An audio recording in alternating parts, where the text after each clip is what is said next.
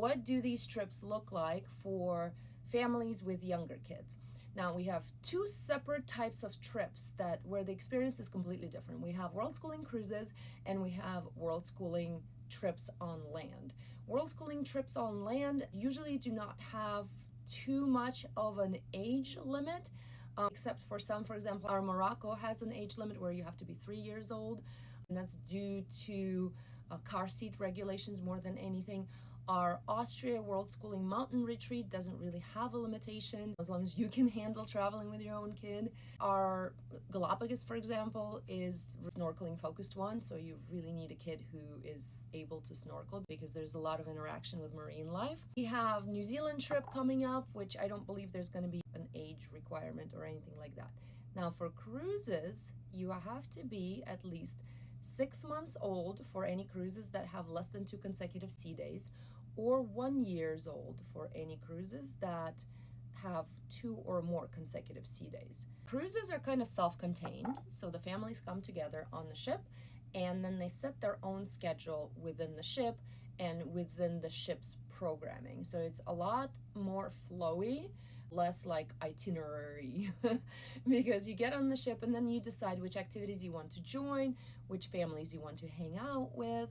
You can join all the activities, you can join none of the activities, you can go on your own just as your family, or you can invite the whole group and then see who shows up. So very, very chill and relaxed and kind of go with the flow. Let's say you have an 18 months old.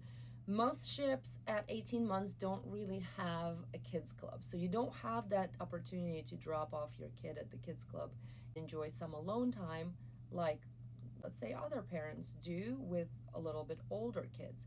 It doesn't mean that your experience is not going to be pleasant. It just means you don't really get alone time at that age. But like I said, I would be open to putting together a trip specifically with much younger children so that parents could focus on the connection and then the kids just play. This last trip, we were doing Barcelona to Singapore. It was 39 days. We had a family or two that had a 2-year-old and a 4-year-old or 3-year-old.